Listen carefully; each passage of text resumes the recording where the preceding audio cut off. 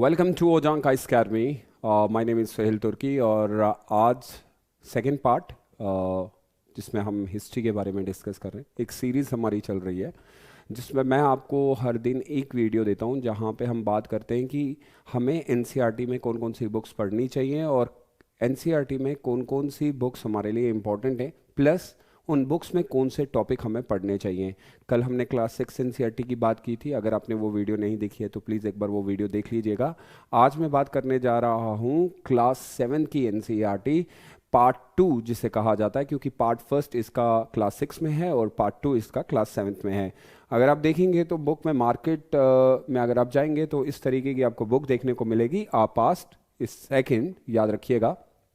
और इस बुक में आपको जो पढ़ने को मिलेगा वो मिडाइवल हिस्ट्री यानी कि मध्यकालीन इतिहास के बारे में पढ़ने को मिलेगा।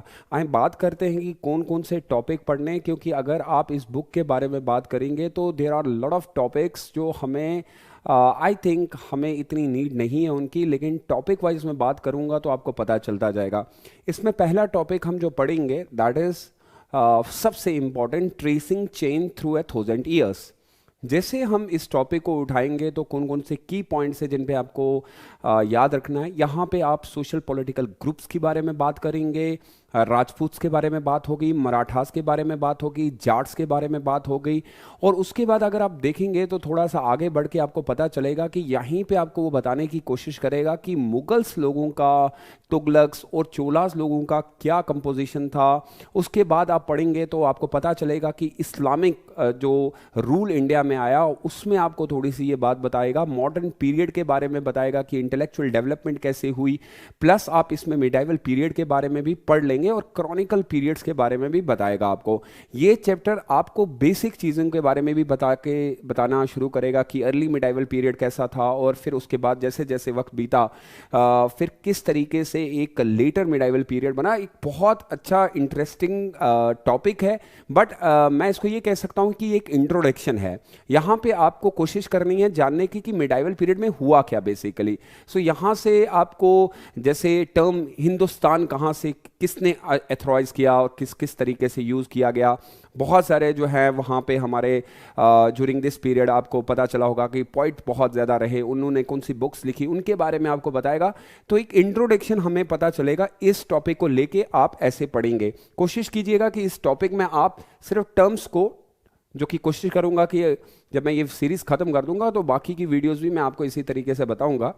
अगला टॉपिक जब आप जाएंगे तो अगला टॉपिक आपको, वैसे तो उसमें न्यू किंग्स एंड किंगडम दिया हुआ है, मुझे नहीं लगता क्योंकि उसमें डायनेस्टीज की बात की गई है। जैसे कि चैप्टर में अगर आप पढ़ेंगे तो आपको उसमें चोलास, चेरास, पांड्यास के बारे में बताया गया, बट वो टॉपिक हम लोग अगर तमिलनाडु की बुक से पढ़ें तो ज़्यादा बेटर है। तो प्लीज़ आप एक काम कीजिएगा, न्यू किंग्स एंड किंगडम को आप थोड़ा स्किप कर सकते हैं, वो आप तमिलनाडु की बुक से पढ़ें तो बेटर रहेगा।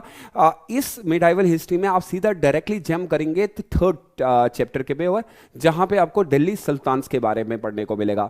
यहां पे आपको क्या क्या की पॉइंट्स याद रखने हैं, जैसे कि सबसे पहले दिल्ली सल्तनत में आपको क्या क्या चीज़ें पता चलती हैं कि सर हम लोगों को अर्ली 20th सेंचुरी में जैसे कि राजपूत डायनेस्टी थी वो फिनिश की गई, उसके बाद 1320 टू 1414 तुगलक डायनेस्टीज़, फिर आप जैसे स्लेव डायनेस्टीज़ पहले आ गई, फिर उसके बाद स्लेव डायनेस्टीज़ के बाद आपको पता है कि खिलजी डायनेस्टी आ गई, उसके बाद आप पढ़ेंगे तुगलक डायनेस्टी, फिर सैयद डायनेस्टी, फिर लोधी डायनेस्टी और उसके बाद एमरजेंस ऑफ बाबर हो जाता है। यानी उसमें भी आपको क्रॉनिकल ऑर्डर देखना पड़ेगा। फिर आप पढ़ेंगे कि finding out about the Delhi सल्तनत, इनकी इंस्क्रिप्शंस कहाँ पे है, इनके हिस्टोरियंस जो इनकी तारीख, एक वर्ड यूज़ किया गया वहाँ पे पर्शियन लैंग्वेज के बारे में यहाँ पे बताया गया है कि दिल्ली सुल्तान अंडर द खिलजी रूल किस तरीके से था, बालबन कौन थे, अलाउद्दीन खिलजी कौन थे और Mohammad bin Tughlaqs are going to be very much important. इनके बारे में पढ़िएगा। इस बार हिस्ट्री ऑप्शनल में भी अलाउद्दीन खिलजी और खिलजी रेवोल्यूशन के बारे में पूछा गया है। उसके बाद आप पढ़ेंगे कि किस तरीके की एडमिनिस्ट्रेशन थी यहाँ पे, खिलजी और तुगलक के बीच में एडमिनिस्ट्रेशन कैसे हुई थी, स्लेव रखते थे या नहीं रखते थे, अकाउंट को कौन चेक करता था, रिफॉर्म जो लाए गए, मोहम्मद बिन तुगलक को क्यों कहा गया कि उसने हर जगह कैपिटल चेंज की, फिर बहुत ज़्यादा इंटरेस्टिंग नहीं रहता है, अनपॉपुलर रूलर कहलाया जाता है। और दिल्ली सुल्तनत में आप पढ़िएगा कि लोधी डायनेस्टी की वजह से किस तरीके से तुगलक के बाद इसका डिसइंटीग्रेशन शुरू हो जाता है। ये एक इंपॉर्टेंट टॉपिक है। उसके बाद अगर आप जाएंगे तो आपको ये टॉपिक मिलेगा मुगल अंपायर, जबकि बहुत इंपॉर्टेंट है, मुगल डायनेस्टी के बारे में आपको बताएगा।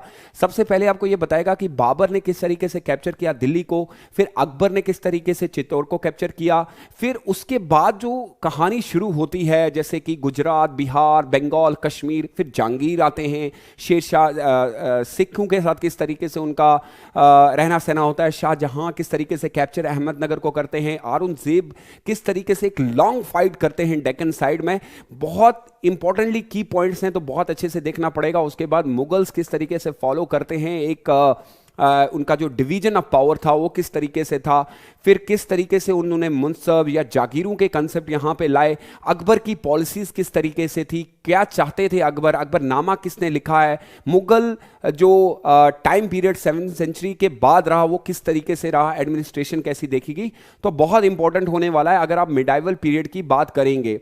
उसके बाद अगर हम अगले टॉपिक पे भी जाते हैं तो अगला टॉपिक आपको ये दिखाएगा, that is a topic number 5, rulers and buildings. मुझे नहीं लगता है कि यहाँ पे टेंपल और मस्जिदों की बात की गई है, यानी कि आर्ट एंड कल्चर पर्सपेक्टिव से दिया गया है चैप्टर नंबर 5।